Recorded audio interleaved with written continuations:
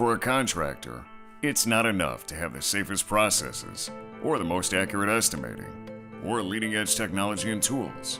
For a builder, what's required is construction that's even more advanced in the form of experience and insight and leadership.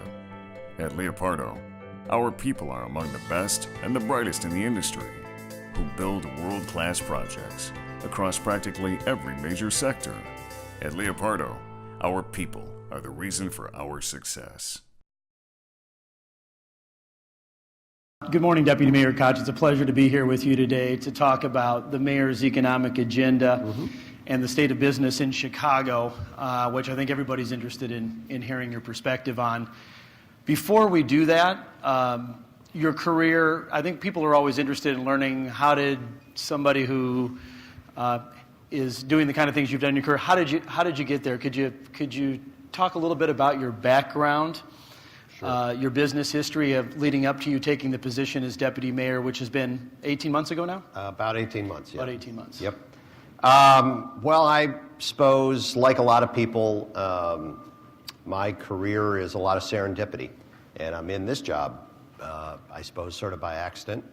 But I started life as a lawyer and quickly realized I really didn't want to practice law, like I suspect a lot of people in this room. And some who are probably still practicing law, and my apologies.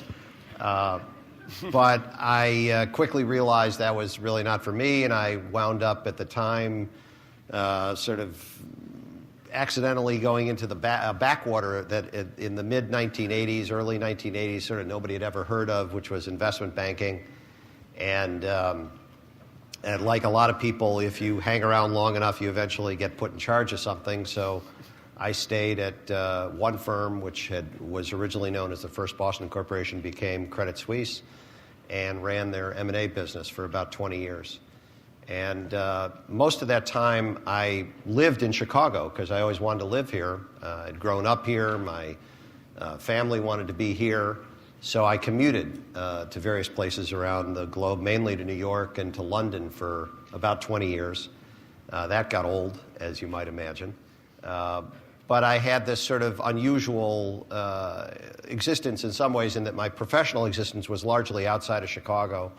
And I lived here, obviously, and I was quite involved in a bunch of different organizations around town, nonprofits. And so as it became time to think about what I wanted to do as a second career or with the rest of my life, I knew I wanted to do something in public life or something, either nonprofit or something like that in Chicago. And when the mayor was, our Mayor Emanuel was first elected, or I guess he had just won the primary, he called me sort of out of the blue. I didn't really know him, hadn't really had much dealings with him. I obviously knew who he was. And being a lifelong Chicagoan, a guy who just gets elected mayor calls you, you go see him, because if nothing else, I want to make sure my garbage kept getting collected. Or something, who knows. You live in the city. I live in the city and had lived in the city for 25, 30 years. And I go over to see him, and he said, you've done these various things in your life. I think he had heard I was thinking about switching or moving out of the business world and doing something in the public world, and basically recruited me to come do this job. And the job as deputy mayor, you took a little bit of a pay cut, probably from running M&A at Credit Suisse. I understand you make $1 a year now?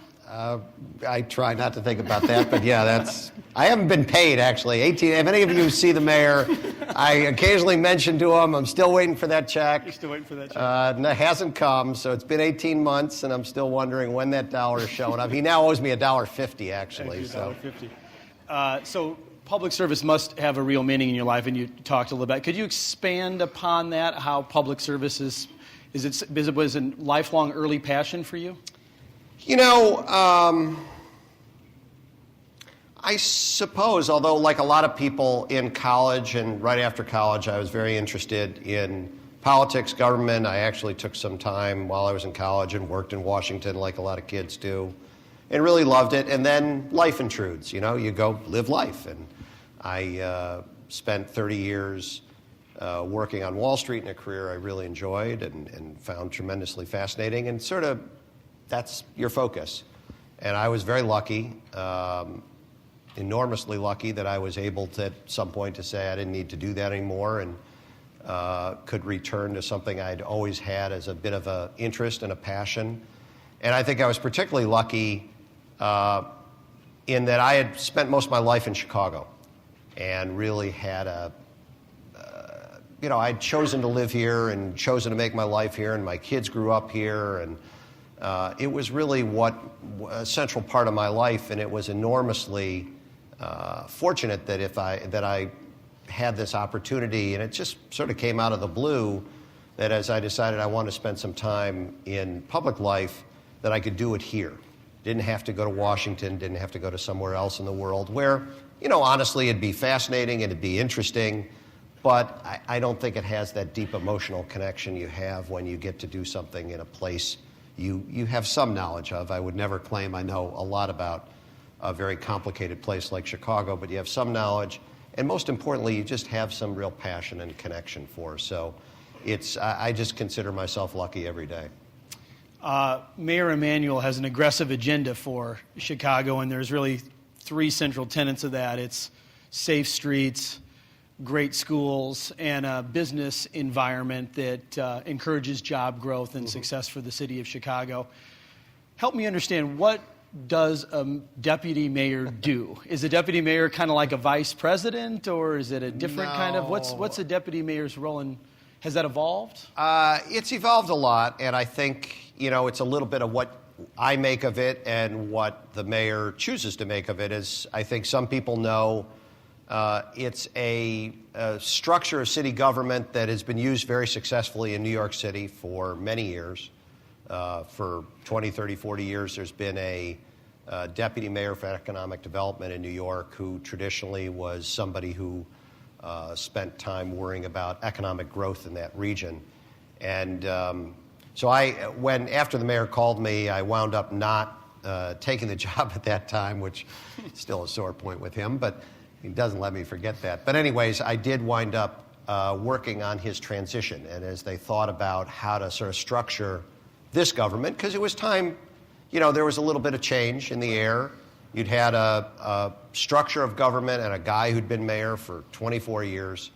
And when Mayor Emanuel took office, it really was time to rethink a bunch of different things, just if nothing else, because there hadn't really been that chance. So he was the one who had some familiarity with the way New York was structured and decided to institute that position, which really it's evolved to have, I suppose, two major areas of responsibility. First, the city's own financial welfare, or city's own finances, which are, enormously complicated. We're depending on what side, which part of the government you want to think about, somewhere on the order of a $10 billion a year entity, lots of various liabilities that we'll talk about, I'm sure, a little later. So it requires real sort of overall financial management. We have a chief financial officer who's outstanding. We have budget director who's outstanding, and treasurers. But it's useful to have sort of an overall picture of what's going on with the financials of the city. So I spend some time on that. And then a lot of time focusing on what will drive the economy of the region forward. What can we do, whether it's in terms of job growth or in terms of physical development in the city that I suspect a lot of people in this room care about, or in terms of future economic opportunities. And then, there's always a series of special projects. For instance, right around when I started, the mayor had been thinking a lot since he took office, of what we could do to sort of begin to try to drive a little more growth in the South Loop area and around McCormick Place, tie that into, the mayor's speaking this morning about a particular passion of his, which has been the growth of tourism in the city. And so we really began a major project to revitalize McCormick Place. The DePaul basketball. The event center that's getting built down there, that DePaul is a partner with, as well as a couple of hotels that are going to get built, and hopefully some increased development along Motor Row. So just, there's a number of those kind of projects that are also within my orbit. Let's talk a little bit about Chicago, what's working well, and what challenges we face. Give me your perspective on what's working well in Chicago now. Why is Chicago a good place to do business? There's been a lot of announcements, a lot of activity over the last couple of years. What's in our favor? Well, I think the most interesting thing in our favor is just pure demographics. I sometimes think about, I really would not have wanted to do this job 20 years ago. When, if you're a center city or you're a large city 20 years ago, I suspect a lot of what you worried about was how do you counter sort of not just a demographic trend, but a demographic flood. And that was for large corporations particularly to move their headquarters outside of cities and go to, they'd go buy 100 acres in a cornfield out in the middle of nowhere and build a headquarters and build a cafeteria, and they'd have developers build some houses around it, and their employees would go live there, and that's how sort of the trend that started probably, I'd say, the early 1970s in the Chicago area, and really was sort of Sears, Ameritech, Standard Oil. I mean, you can go down a long list of companies that left Chicago and moved out there. And, I think about that all the time because I think on some level, if you were the head of a large corporation today and you walked into your board of directors and you said, I was thinking about this and I had this inspiration and I've decided that we ought to move our headquarters to, I don't know, somewhere 70 miles from a downtown area, you'd be fired. You'd be certainly laughed out of the room and you might get fired. But it's so counter to the demographic trend of particularly where younger people, so higher end knowledge workers, quote unquote, millennials, people between the ages of 25 to 35, they are not interested in living that life today. It's obviously lots of people who are, and that's going to work just fine. But companies in particular that are looking to recruit that kind of talent, that's who's coming into my office. That's who's coming into the city. That's who's thinking about where do they have to be to accommodate to the people they want to work for them. So, a lot of what we're doing that's, I think, working very well is really riding that trend, taking advantage of that trend. I think I said to you at one point, we want to get more than our fair share of that trend. But most importantly, we need to acknowledge it and deal with it and respond to that particular trend. So a lot of that, things that I have to confess, if you asked me 2 years ago, do bike lanes make a difference in how people think about where they're going to live, I probably would have laughed about it. You wouldn't think that's a critical factor. As it turns out, it's very important to people at a certain age. If you live in certain neighborhoods in Chicago, it's very important to you that you be able to walk to work, bike to work, live near work, be able to play, go to restaurants or theater or bars or whatever you're interested in, and ultimately have schools that you can raise your children in, all within a relatively small area. So all those parts of it, I think, are feeding into how do we continue to make the city attractive as a place for those type of companies to be. You're a biker yourself, right? I actually am, coincidentally, although I have to confess, city biking is not necessary. I'm not one of these hardy people that you see biking down Dearborn on a day like today. That's only for the really true strong of heart. But, I think we're doing that well. I think we're riding that trend decently. We're winning probably more than our fair share by focusing intently upon that. I think we have to continue to make sure the city works for business, both large business, but even more importantly, small business. Small business is the driver of most job growth in America today. It's not large corporations where most people work, it's small business. And, like I think any bureaucracy, any large organization, the city had evolved over time. And, there's a tendency to make life overcomplicated. And a lot of what the mayor's been about for the last 3 years is trying to strip away regulation, try to strip away licensing fees, licenses, things that were impediments to small business flourishing, prospering.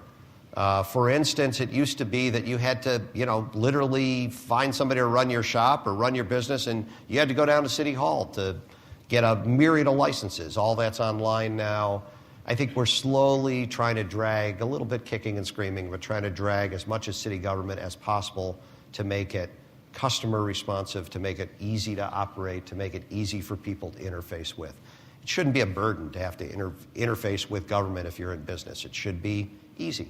There's certainly times we're going to disagree. There's going to be land use regulation. There's going to be things that, people think, well, that may disadvantage them. But I think we really have to be thoughtful about what makes business work and what drives job growth. And could you explain how you or your office works with Jeff Mailhorn at World Business Chicago? We've seen great changes under Jeff's leadership in that group. And then how does the city work with the state on economic development? Well, I think it is fair to say that none of this is something anybody does on their own. I don't know that it takes a whole village, but it certainly takes a team. And we've been lucky in that there's a variety of actors who I think are all of like mind right now in Chicago. In fact, one of the things that I think sort of an interesting I'd observe is we're at a very healthy point in terms of alignment between various civic institutions, city government, state government. I think a lot of people of like mind focused on the same issues, on the right issues, who there's a good consensus on the importance of some of the things I've been talking about. So, again, when the mayor took office, sort of looked around the landscape of organizations in Chicago that focused on economic development, and I think concluded that he wanted to make World Business Chicago the center of how the private sector was going to intersect with particularly city government and state government in that respect. That's, I'd say, over the last 20 or 30 years, if you're an observer of the Chicago scene, there's been different organizations that at various points have played that role, right. Partly just because of who was leading them at the time, or perhaps who was in office at the time was more interested in working with one or the other.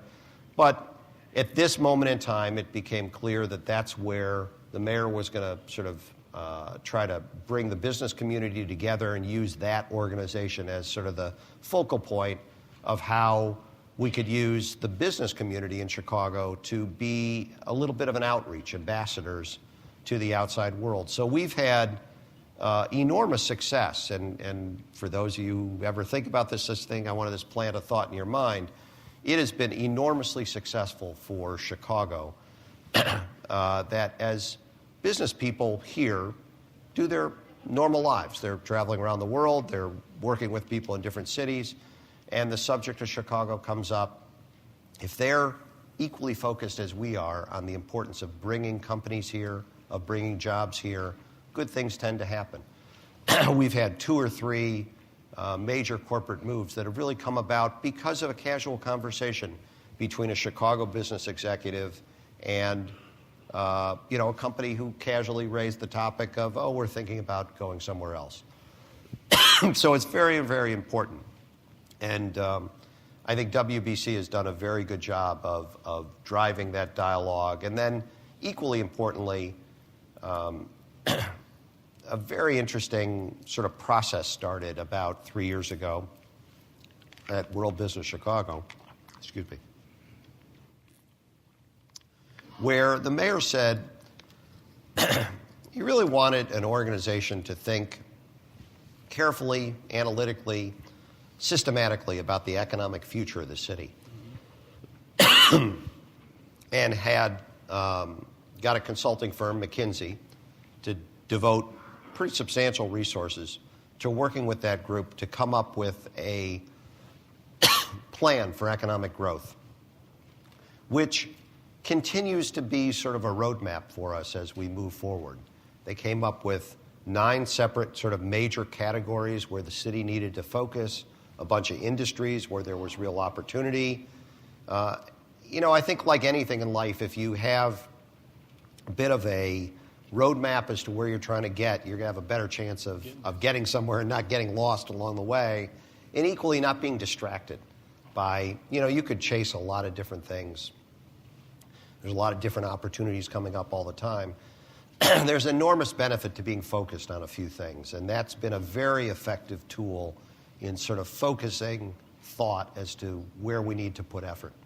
You know, when we were preparing for this event today, I thought one of the most interesting discussions we had was around economic incentives. And in the past, economic incentives played a pretty big role in attracting new business into Chicago. Can you talk about your perspective on economic incentives, where they play a role and where they don't? Yes, I can. It's an interesting topic, and I mention it with some trepidation with this crowd because I suspect a lot of you like incentives and are big fans of them and think they're all wonderful. I guess I'd say a couple of things. First, and probably most importantly, we don't have a lot of money. Simple reality is, at this point in time, in 2014, at this moment, at this place in the city of Chicago, there's not a lot of money. So, you know, to think we're going to fix our problems by spending money to get people here, I think is just not realistic. So number one, we have to be thoughtful of what we have in the way of resources and where they can be best spent. So I think that discipline, in some ways, has been important and useful. Second, I happen to be a lifelong believer, and I guess I've never really seen evidence to the contrary, that for the most part, governments are incredibly bad at using incentives effectively. I think in almost any negotiation I've seen, whether I spent in my private life or in my brief government life, I don't like where the government is versus the private party is in a incentives negotiation. It's just not a good balance, and I'd say government rarely comes out well. Most of the academic studies I've ever seen on the topic would suggest that financial incentives are almost always misspent and rarely get much of a bang for the buck over time. There will be individuals who benefit. There will be, particular parties will benefit. But in the aggregate, I think as a country and as citizens, we ought to all think this is a crazy way to do business. Kind of a race to the bottom? Well, it's absolutely a race to the bottom. You look at what happened with, Boeing, to pick an example, not to pick on them, but to pick on an example that just was in the news. So Boeing has a fight for a couple of years with their main union in Seattle. They make it known that they're thinking of moving a major production facility out of Seattle, and they have 24 states falling over themselves, throwing vast sums of money at them in order to try to lure them, all of which basically forced Washington State to pony up an incredibly vast sum of money to keep them in Seattle. In the end, are they going to get that money back? Is that really to the economic benefit of that region? I would question it. I really would. I think in the end, that's probably money ill spent. So that being said, we live in the real world, and incentives are a fact of life. I'm not going to be able to get rid of them in the near term. So I think what we're trying to do, and I think what we've done reasonably well, like all things, I'm sure we've made some mistakes, but the mayor's been very disciplined about saying we're going to use incentives in particular areas where we really are trying to accomplish a particular goal. We are not going to use incentives to, do something that we think the market will take care of on its own. We think the market will bring jobs to downtown Chicago on its own. So the mayor has done literally no just sort of generalized incentives to say, bring jobs into the center city. I think that's a waste of money. In the case of, somebody came up to me, and I will mention this because I think it's really something where you could say this makes some sense. So we take a neighborhood, Pullman.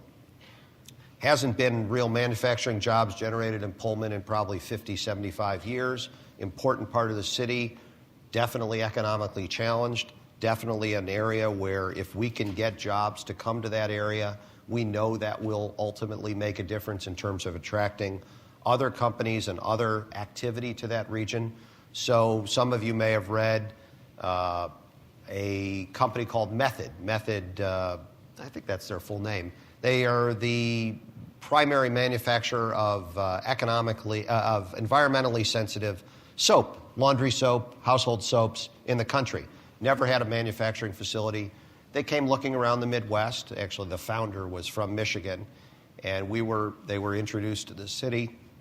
And they were interesting because they were open to the idea of taking and putting really an environmental model factory, but most importantly in an inner city, in a urban location. They weren't interested in a greenfield site somewhere outside, way outside of the city. They really wanted to be in the core of the city, and they were interested in doing it in an economically less advantaged area. So that was sort of a good marriage where you could use a little bit of incentives to get them to go to a particular neighborhood in Chicago. When there's a public policy imperative almost. I think that's something where, it's a smart use of money, and we can have an impact beyond just that company and bringing that, because I think it ultimately leads to other things. But, it's a very, I think it's a difficult topic. I think it's a difficult topic for governments to say no. And I think it's something where we need to be much more disciplined about how we use them as a country. And I hope we have been disciplined like that in the city. Some of you in this room may not be happy with where we've gone with that, because we are trying to pull away from sort of a broad use of cash to lure development generally. But I think we're very open to using it for specific goals where it really makes particular sense.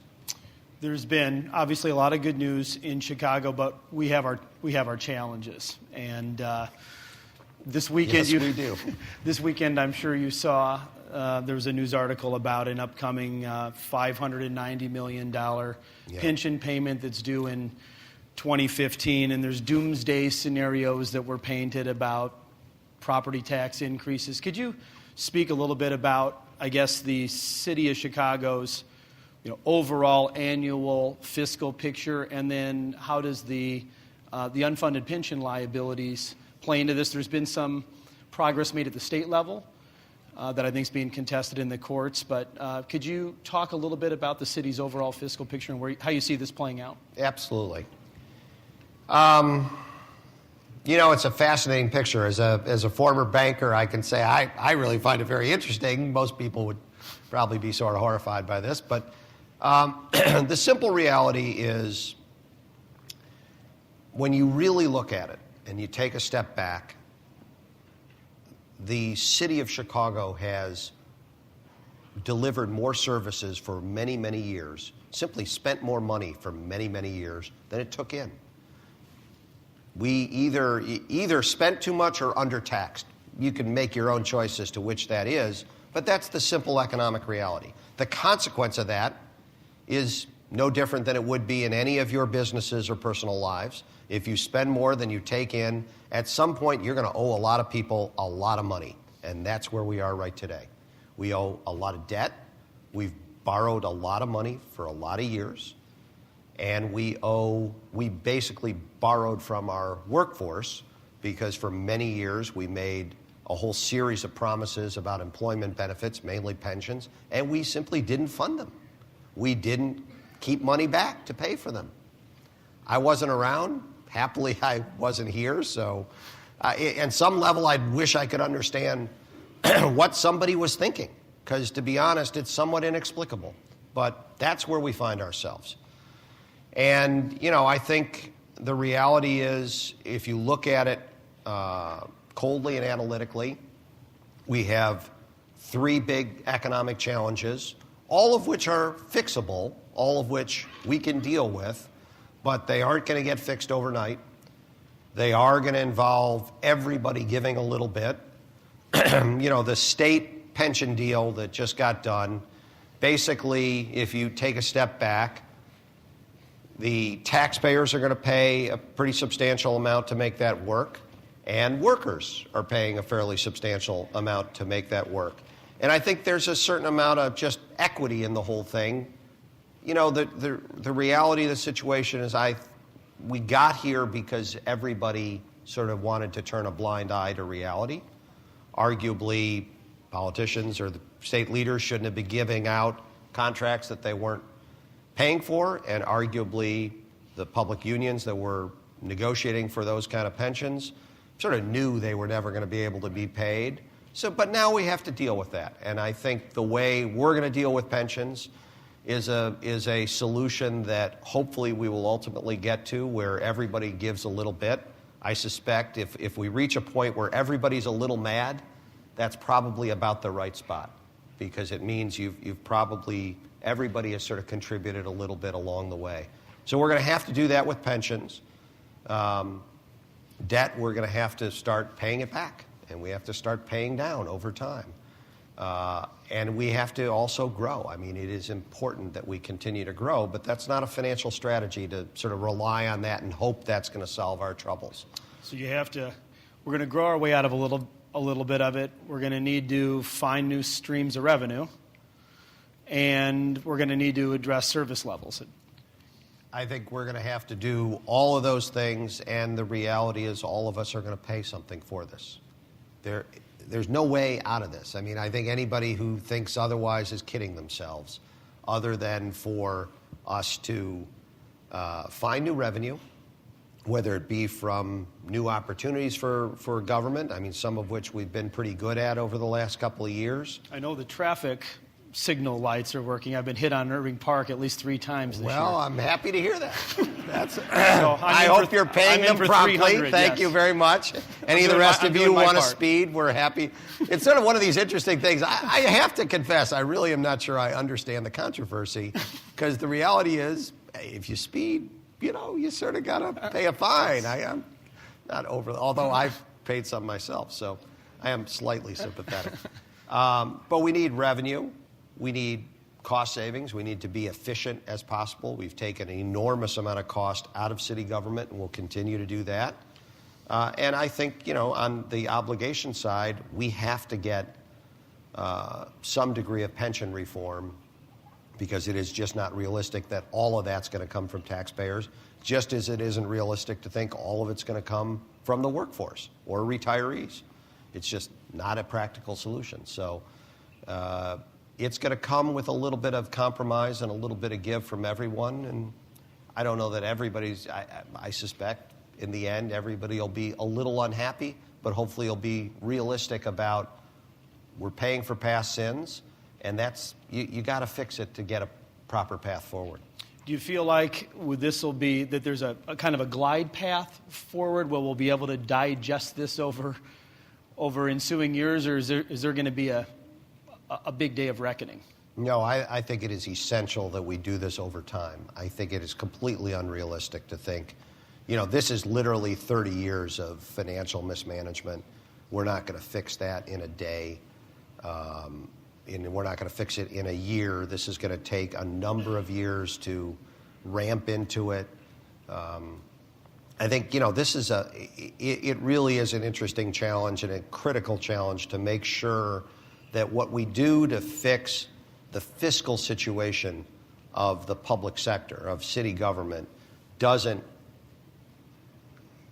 really doesn't affect, hopefully, but certainly doesn't impede the progress in the private economy. It is essential, because if we don't do that right, it's really, you don't even want to think about where that takes it. It is essential that whatever we design to fix the fiscal situation on the public side does not interfere with the continued growth and prosperity on the private side. So it's a delicate balance.